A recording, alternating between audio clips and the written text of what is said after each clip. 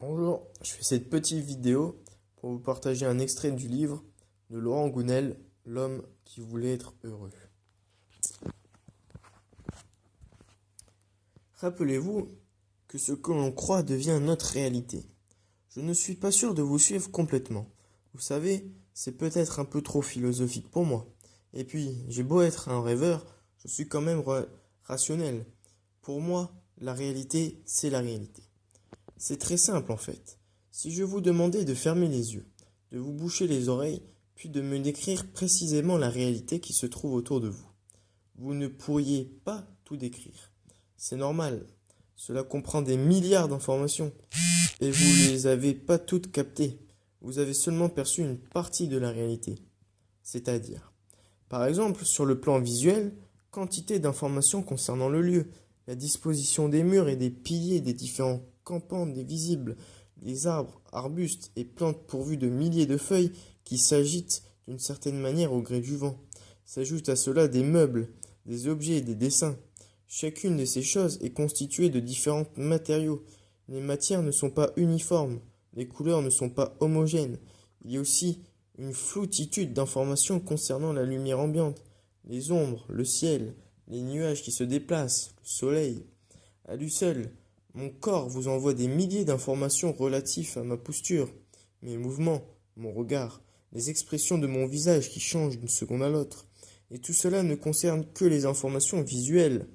À cela, il faut ajouter les informations auditives, le bruit divers et varié, proche ou lointain, les multiples inflexions de ma voix, son volume, sa tonalité, le rythme de mes paroles, le bruit émis par le frottement de nos vêtements lorsque nous bougeons, les insectes qui volent, les oiseaux au loin, le bruit du vent et des feuilles, etc.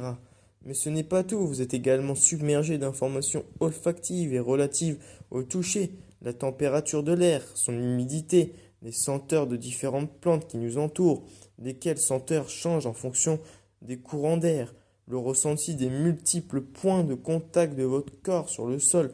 Là, trois petits points. Ok, vous m'avez convaincu. L'interrompis-je. Je le reconnais, je n'aurais pas été capable de transmettre toutes ces informations les yeux fermés et les oreilles bouchées.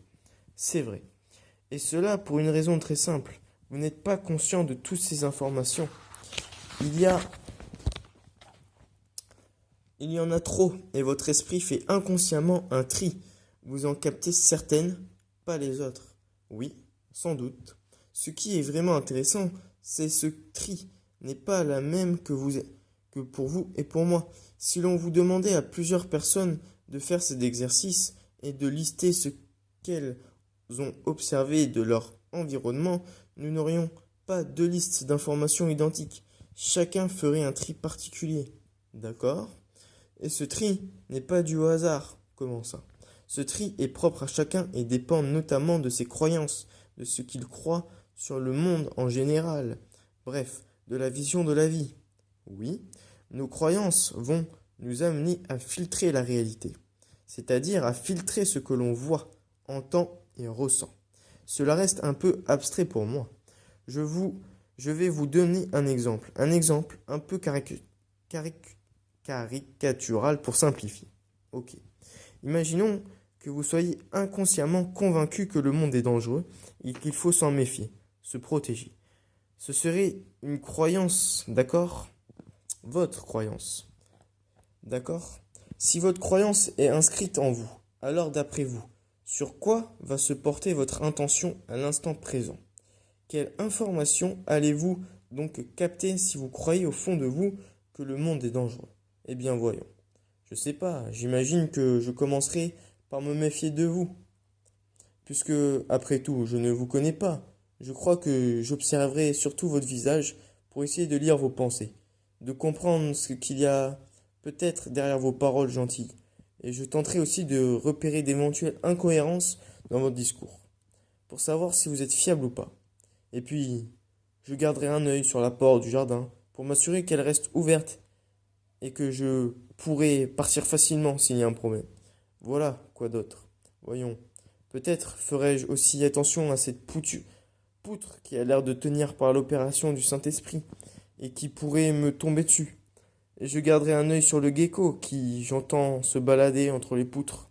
car j'aurais peur qu'ils descendent me mordre, et je me méfierais de ce genre de reptiles. Je remarquais aussi que la natte est usée et que je pourrais attraper des échardes si je ne prenais pas garde. C'est cela. Votre attention serait captée sur les risques potentiels qui existent dans notre situation. Et si l'on vous demandait les yeux fermés de décrire la situation, ce sont notamment ces éléments que vous viendrez à l'esprit. Sans doute, en effet. Maintenant, imaginez que vous ayez une croyance opposée, à savoir que le monde est amical, que les gens sont gentils, honnêtes et fiables, et que la vie offre quantité de plaisirs bons à prendre.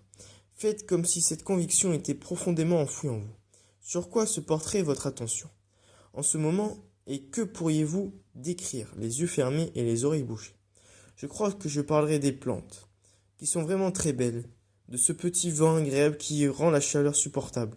Je crois que je parlerai aussi du gecko, car je me serais dit, cool, il y a un gecko sous la toiture, au moins, il ne doit pas rester d'insectes rampants dans les parages. Et puis, je décrirai le visage serein de cet homme sympathique qui me fait découvrir un tas de choses intéressantes sans même me faire payer.